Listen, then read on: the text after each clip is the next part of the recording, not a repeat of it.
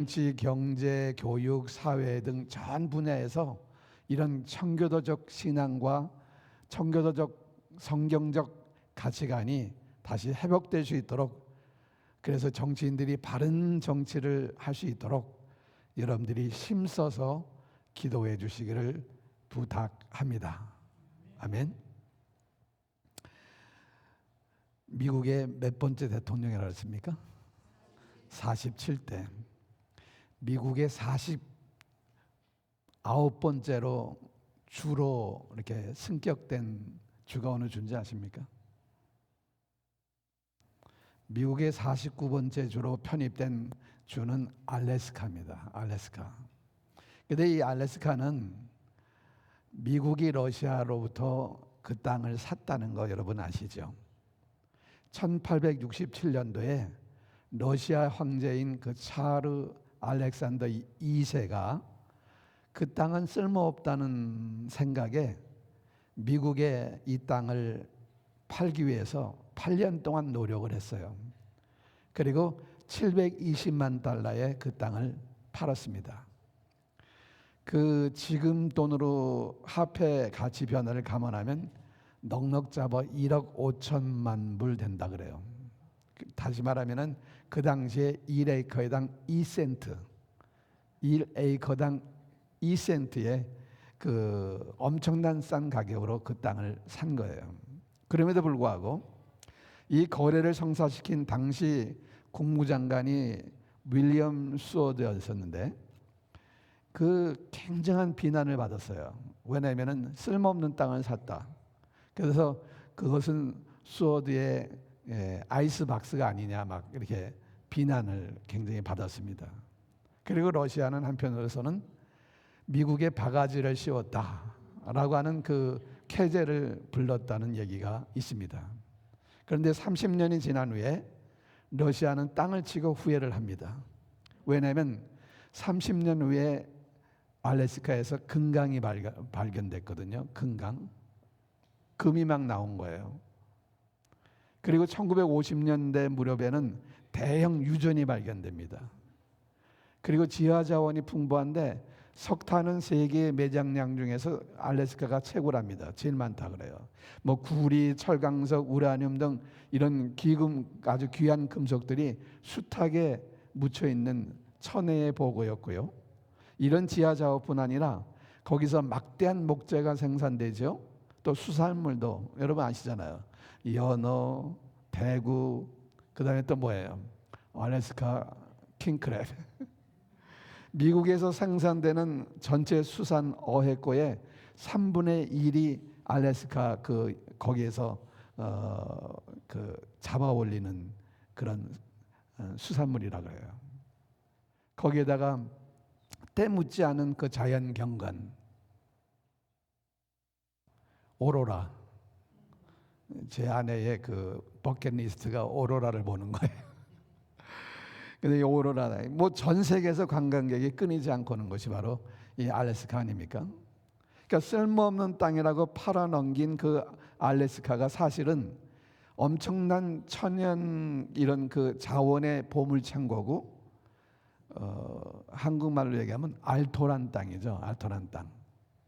그러니까 뒤늦게 러시아는 절망하고 후회하고, 지금 러시아 푸틴 대통령도 그때의 거래를 되돌리고 싶다고 말했다고 합니다. 알래스카의 그 땅을 매매한 것, 러시아가 미국에 매매한 것은요, 세계 역사에서 가장 어리석은 거래라고 이렇게 알려져 있습니다. 그런데 오늘 본문에 보면은 어리석은 거래가 하나가 또 등장하는데, 에서는 장자의 가치를 경솔히 여기고 팥죽 한 그릇의 장자의 명분을 팔아버리고 나중에 크게 통곡하고 후회하는 내용이 오늘 본문의 내용이에요. 이삭은 그 에서의 아버지 이삭은 상당히 늦은 나이 40세에 결혼을 합니다. 리브가하고 결혼을 하는데, 그런데 결혼한 지 20년이 지나도록 자녀가 없었습니다. 그래서 오늘 그 창세기 25장 21절 말씀에 보면은 이삭이 그 아내를 위해서 임신하지 못함으로 어떻게 따랐습니까? 그를 위하여 여호와께 간구했다 그랬어요. 그랬더니 하나님께서 그의 기도를 들으셨어요. 그리고 그의 아내 리브가가 임신하였다고 말씀하고 있습니다. 여기서 우리가 생각할 것은 뭐냐면요, 문제가 없는 가정은 없다는 거예요. 이삭과 리브가의 아름다운 그 믿음의 가정이었는데 거기에도 문제가 있었다. 그러니까 가정마다 크고 작은 문제들이 다 있는데 문제는 그 문제를 어떻게 풀어가느냐가 이제 중요한 거예요. 그 문제 때문에 밤낮 싸우고 하루도 편한 날 없이 지낼 수도 있습니다. 그러나 이삭은 그 문제를 가지고 어떻게 했습니까? 하나님께 가지고 나간 거예요. 하나님께 자녀를 낳게 해달라고 계속 간구했고 하나님의 응답으로 임신하게 되는데 20년 만에 응답을 받은 거예요. 창세기 25장 26절에 보면은 리브가가 그들을 낳을 적에, 쌍둥이를 낳을 적에 그 에서와 야곱을 낳을 때에 이삭이 몇 세였다? 60세였다 그랬습니다. 그러니까 40세에 결혼해서 60세의 아이를 낳았으니 20년 만에 응답을 받은 거예요. 여기서 우리가 한 가지 배우는 것이 있는데 그것은 뭐냐면은 기도는 즉각적으로 응답되지 않는다는 것입니다. 우리는 기도할 적에 항상 얘기하잖아요. 하나님 즉시 응답해 주십시오. 그 즉시 응답해 달라고 하지만은 지금 당장 아니라 하나님은 하나님의 시간에, 하나님의 정하신 시간에 응답해 주시겠다고 말씀하시는 것입니다. 여러분, 우리의 그 기도는 반드시 응답됩니다. 믿습니까? 그러나 언제? 하나님이 정하신 시간표에 따라서 응답이 되는 것입니다. 그러니까 당시 이삭의 나이가 환갑이었다고 그랬어요. 그러면 리브가의 나이는 나오질 않아요, 성경에. 그렇지만은 리브가도 상당한 나이였을 거라 이렇게 추측해 볼 수가 있습니다. 근데 임신을 한 거예요. 얼마나 기뻤겠습니까? 이 결혼하고 그다음에 아이를 갖게 된 것은 한 가정의 기쁨 아닙니까? 그런데 20년 동안 낳지 못하다가 아들을 얻었으니 얼마나 말로 표현할 수 없을 만큼 크게 기뻐했을 거예요. 22절 말씀에 보면은 문제가 또 하나 있는데 그 아들들이 그의 태 속에 서로 싸우는지라 그가 이르되 이럴 경우에는 내가 어찌할꼬 하고 가서 여호와께 묻자온대. 그 리브가가 했다는 거예요. 여러분, 여인이 임신을 하게 되면 육체적으로 굉장히 고통스럽지 않습니까? 그러니까 결혼하고 처음 경험하는 임신인데 그래도 임신하면 어떤 증세가 있다는 것을 많이 들어서 알았을 거예요. 그런데 일반적이지 않은 심한 요통이 막 뱃속에 있는 거예요. 그걸요. 요즘처럼 초음파 검사로 이렇게 상태를 확인하면은 뱃속에 쌍둥이가 있구나. 그래서 더 힘들구나. 이렇게 알 수 있을 텐데 아마도 쌍둥이가 있었다는 사실조차 몰랐을 것입니다. 근데 일반적이지 않게 그냥 속에서 그 요동이 있으니까 이게 무슨 일인가 놀랐다는 거죠. 더군다나 태중에 그 쌍둥이가 심각하게 싸웠다는 거예요. 그 말은 하루도 편할 날이 없었다는 거죠. 그걸요. 그 리브가가 얼마나 힘들었을까. 사실 저는 잘 모르지만 임신해 보신 분들은 다 아실 겁니다. 견딜 수 없었던 리브가는 하나님께 기도한 거예요. 하나님, 임신시켜 준 것은 고마운데 이게 무슨 일입니까? 이렇게 힘듭니까? 이게 무슨 일입니까? 기도했을 거예요. 그래서 23절 말씀에 여호와께서 그에게 이르시되, 그 다음에 시작, 두 국민이 내 태중에 있구나. 두 민족이 내 복중에서부터 나누리다. 이 족속이 저 족속보다 강하고 큰 자가 어린 자를 섬기리라 하셨더라 그렇습니다. 태중에 두 국민이 있다는 거예요. 쌍둥이를 임신했다는 거예요. 그런데 놀랍게도 여기 보면은 큰 자가 어린 자를 섬기게 될 것이라고 말씀하셨습니다. 큰 자는 에서이고 작은 자는 야곱을 얘기합니다. 그런데 이 말씀을 보면은 하나님의 주권적인 선택과 계획이 있다는 것을 여기 말씀하고 있습니다. 그리고 이 말씀대로 하나님의 섭리 안에서 형 에서가 아닌 동생 야곱이 장자의 축복을 받습니다. 그리고 결국 형이 동생을 섬길 거라고 말씀하신 대로 그 말씀이 그대로 이루어진다는 거예요. 훗날 야곱의 후손인 이스라엘 족속과 에서의 후손인 에돔 족속이 서로 다투게 됩니다. 그리고 에돔이 이스라엘을 이렇게 조공을 바치고 섬기는 그런 일이 역사에 있어요. 그러니까 그 말씀이 그대로 다 이루어지는 건데, 하나님의 말씀이 그대로 이루어지는 것은 1.1획도 변함이 없는 하나님의 말씀 그대로 이루어진다는 거예요. 자, 창세기 25장 24절에서 26절 말씀까지 한번 보겠습니다. 그 해산 기한이 찬즉 태의 쌍둥이가 있었는데 25절 먼저 나온 자는 붉고 전신이 토록 같아서 이름을 에서라 하였고, 그 다음에 시작, 후에 나온 아우의 손으로 에서의 발꿈치를 잡았으므로 그 이름을 야곱이라 하였으며 그랬습니다. 그러니까 때가 돼서 이제 두 아들을 출생했는데 첫째 아이는 온몸이 붉은 털이 많아서 에서라 이름을 졌어요. 형의 발꿈치를 잡고 나온 그 동생은 야곱이라 이름을 지었는데, 이걸 볼 적에 쌍둥이는 일란성 쌍둥이가 있고 이란성 쌍둥이가 있습니다. 근데 일란성 쌍둥이는 모습도 같고 성격도 같아요. 근데 이란성 쌍둥이는 외모와 기질이 달라요. 그러니까 에서와 야곱은 이란성 쌍둥이라고 생각이 됩니다. 그래서 그들은 외모도 달랐고 또 성격도 달랐다는 거예요. 그래서 27절 말씀에 보면은 그 아이들이 장성함에 에서는 무슨 일을 했다고요? 사냥꾼, 들사람이 되었다는 거예요. 야곱은 조용했어요. 그 장막에 거주했다 그랬습니다. 여러분, 우리 주변에서도 심히 흔히 볼 수 있지만은, 우리가 자녀들을 키워봐서 우리가 알지만은 자녀들의 성격과 스타일이 전혀 다르잖아요. 첫째와 둘째가 다르잖아요. 그걸요. 이런 사실을 야곱과 에서에서도 발견할 수가 있다는 것입니다. 형에서는 외향적이에요. 동생은 내면적이에요. 에서는 사냥으로 산과 들로 이렇게 돌아다녔고, 야곱은 집에서 조용히 지내는 것을 좋아했다 그랬습니다. 그래서 요즘 젊은이들이 많이 사용하는 그 MBTI로 말하면은 에서는 E, 야곱은 I라고 생각이 돼요. 그런데 문제는 그 다른 점으로 인해서 부모의 사랑이 갈라지게 되는데, 28절 말씀 보겠습니다. 이삭은 에서가 사냥한 고기를 좋아하므로 그를 사랑했고, 리브가는 집안에 있는 야곱을 사랑했다는 거죠. 여기에서 편애에 대해서 말씀드릴 수 있지만은 그 말씀은 드리지 않겠습니다.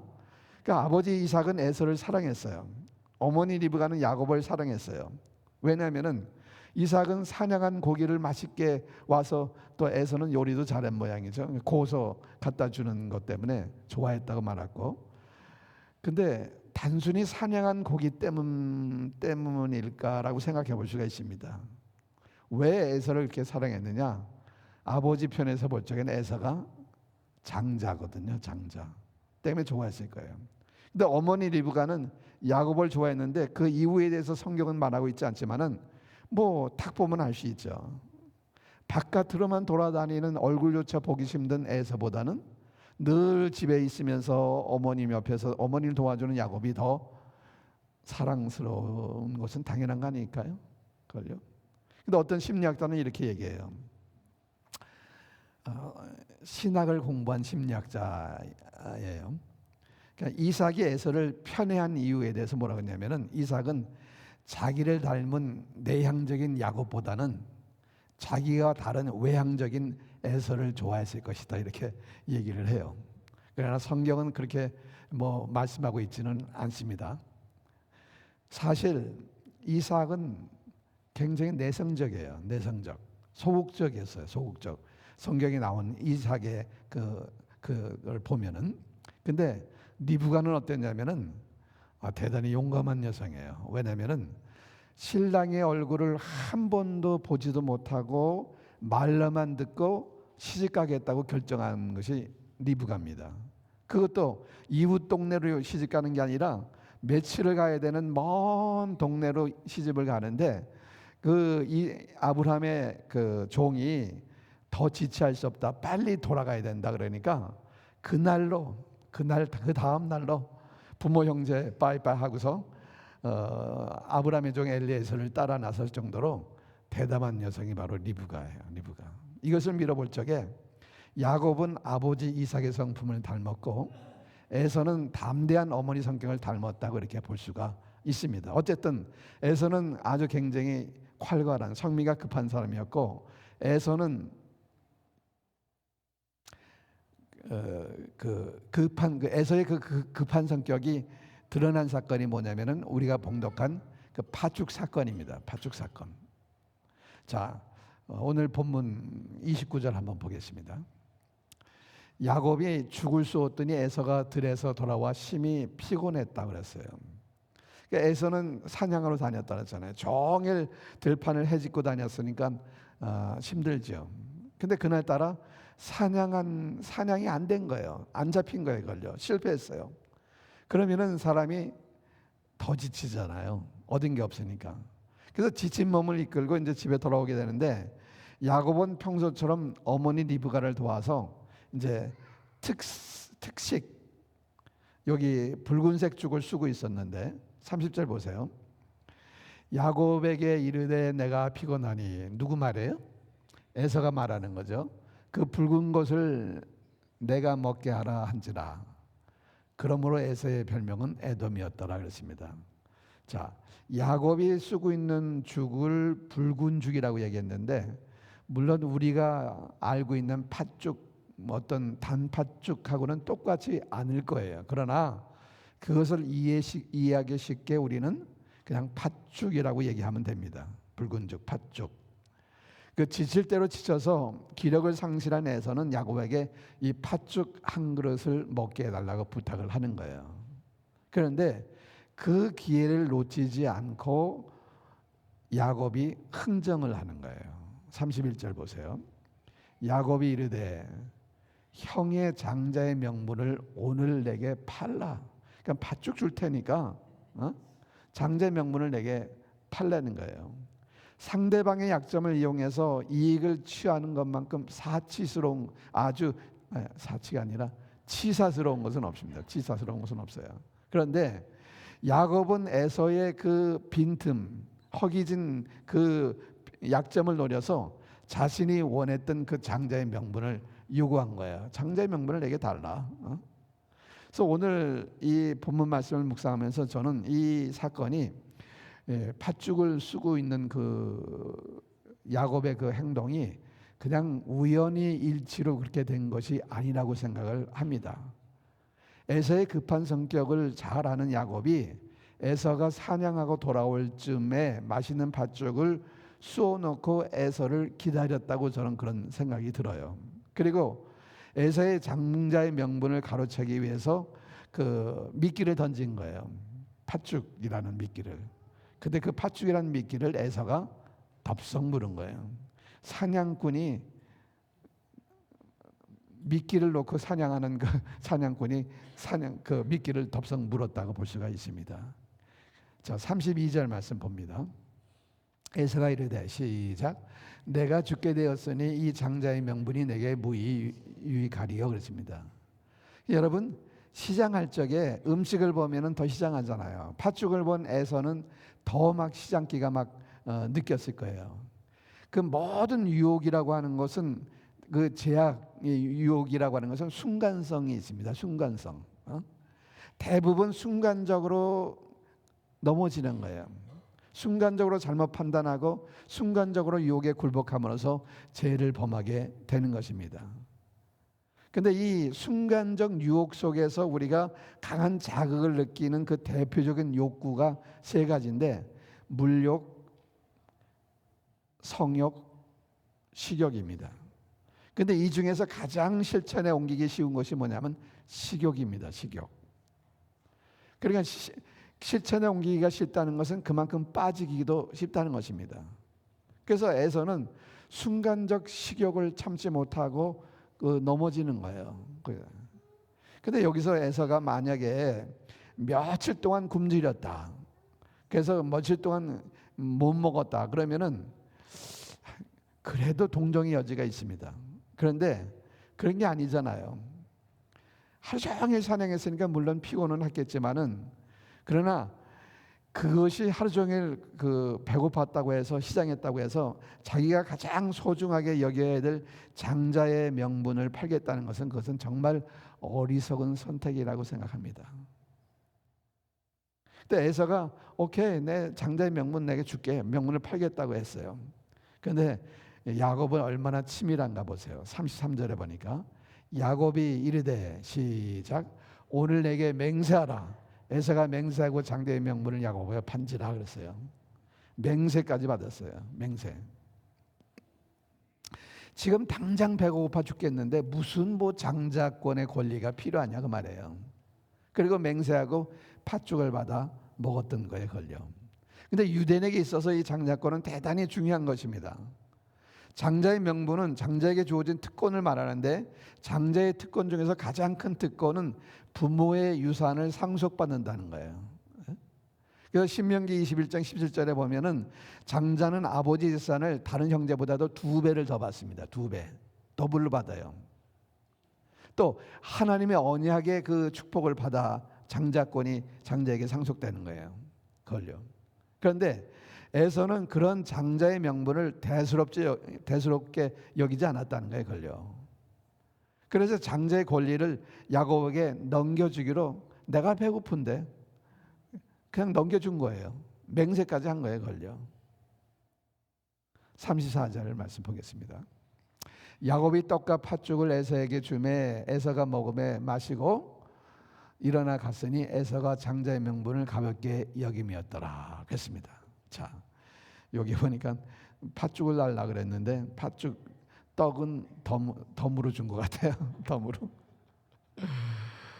여러분, 우리에게 있는 그 식욕이라고 하는 그 욕구 자체를 정지할 필요는 없습니다. 식욕은 꼭 필요한 것입니다. 그런데 아무리 배가 고파 죽겠더라도 팥죽 한 그릇에 장자의 명분을 몽땅 넘겨주는 일은, 그것은 경솔한 행동이죠. 이해하기 힘들죠. 그것은요. 그러니까 에서에게 있어서 장자권은 팥죽 한 그릇보다도 못했다는 거예요. 그걸요. 그만큼 에서는 장자의 명분을 가볍게 여겼다는 것입니다. 에서가 장자의 명분을 가볍게 여김이었더라. 가볍게 여겼어요.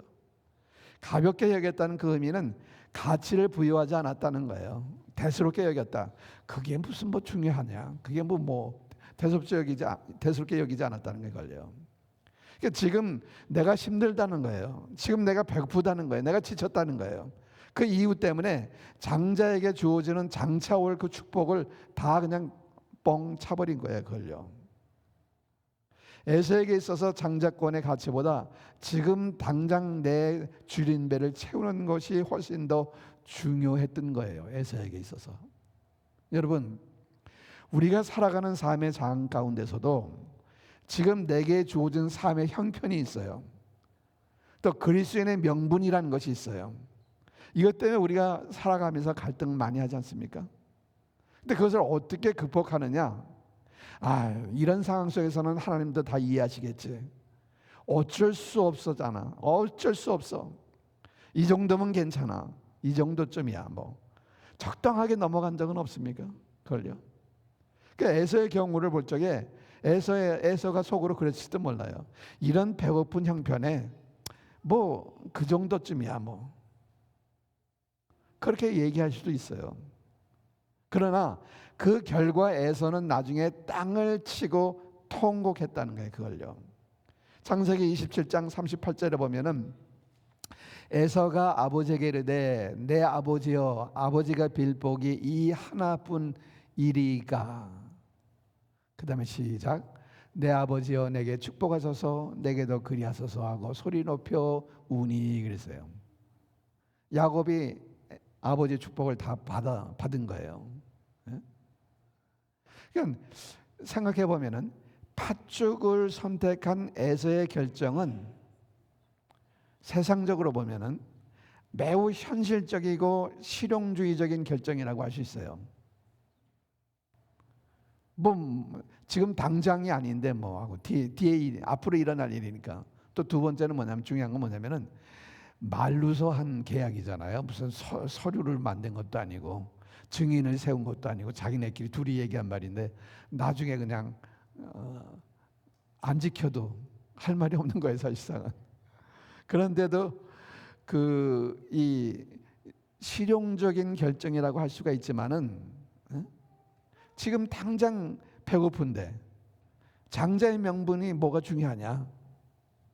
실용적인 현실적인 선택이라고 볼 수가 있습니다. 그러나 이 실용적인 선택, 현실적인 선택, 이것은 당장 좋은지 모르겠지만은 결과는 뭐예요?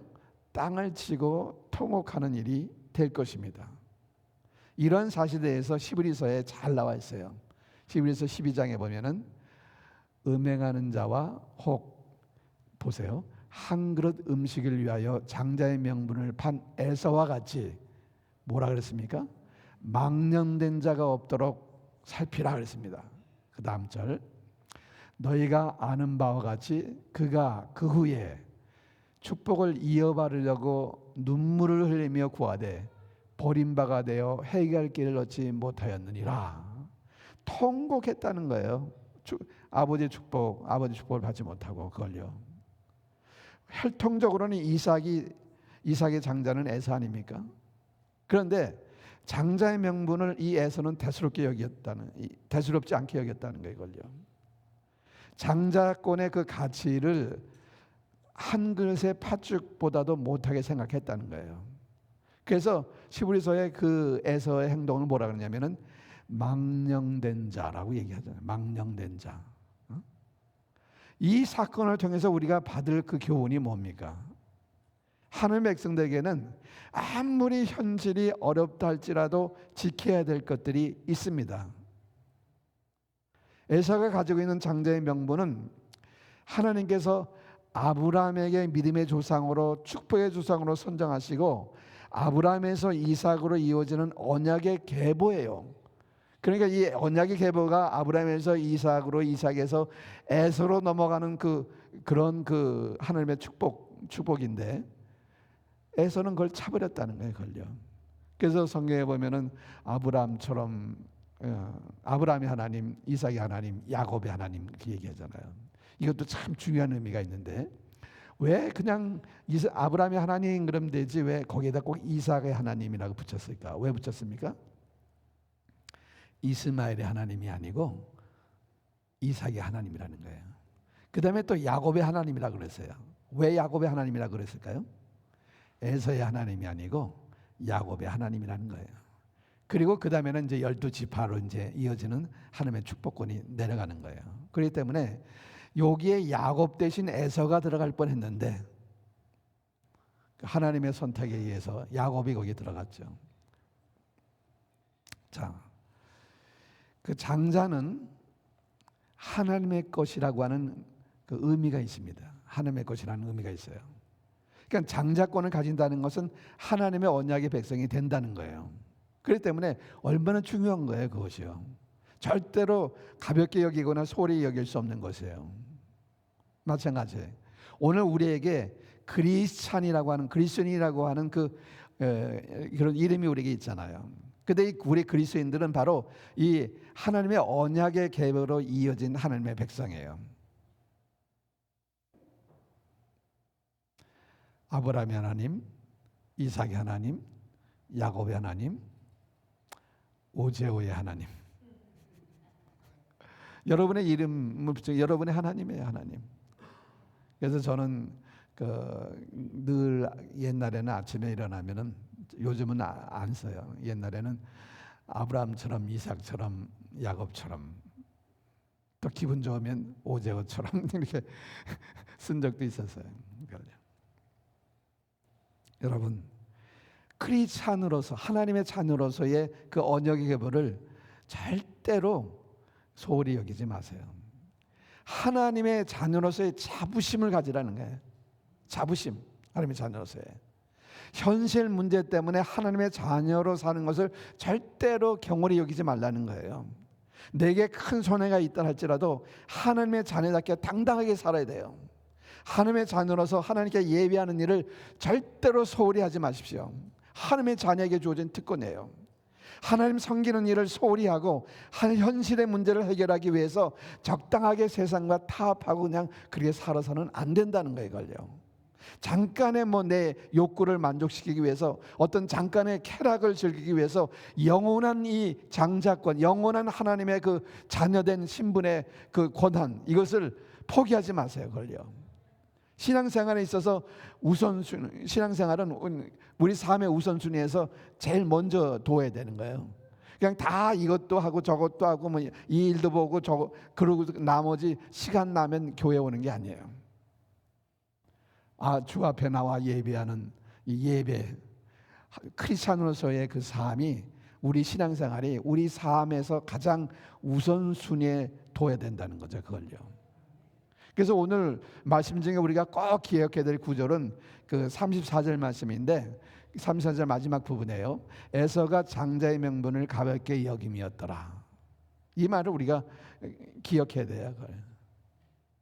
오늘날 사회가 장자의 명분보다는 팥죽이라는 진리가 더 높이 평가되는 사회예요. 오늘날 사회가 하나님의 백성이라고 하는 이 명분보다는 경제적 진리가 우리의 삶을 주장하고 있어요.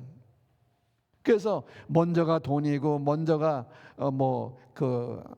나 우선순위고, 그 다음이 신앙이에요. 그 다음이 신앙. 그 다음에 에서가 32절 한번 보죠. 32절 말씀에 시작. 내가 죽게 되었으니 이 장자의 명분이 내게 무엇이 유익하리요? 그랬어요. 내가 죽게 되었는데, 지금 그때 팥죽 안 먹으면 죽겠습니까? 그렇게 투덜거리면서 팥죽 한 그릇에 장자의 명분을 팔아버렸듯이 오늘날 많은 크리스찬들이 에서처럼 먹고 마시는 것 때문에 크리스찬이라는 명분을 쉽게 포기해버리고 마는 거예요. 그걸요. 한순간에 그 자기의 그 만족을 위해서 크리스찬이라고 하는 그 명분을 내던져 버리는 거예요. 그걸요.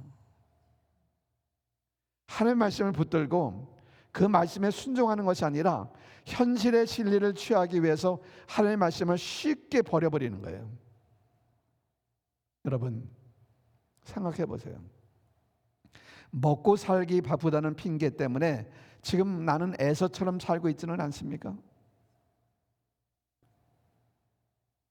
오늘 나를 유혹하는 그 팥죽은 무엇입니까? 무엇이 나의 믿음을 쉽게 팔아넘기고 있습니까? 그러니까 하나님 말씀대로 살지 못하게 하는 그 무엇이 뭐냐 그 말이에요. 에서에게 있어서는 팥죽이었는데 오늘 나에게 있어서는 그 팥죽이 뭐냐는 거예요. 그걸요. 당장의 이익을 위해서, 잠시의 쾌락을 위해서, 잠깐의 편안을 위해서 하나님의 자녀다움을 가볍게 여기고 살고 있지는 않으셨습니까? 라는 질문을 내 스스로에게 던져봐야 돼요. 여러분, 거룩하신 하나님의 자녀라는 그 명분을 절대 잊어버리지 마시기 바랍니다. 그래서 제가 늘 강조하잖아요.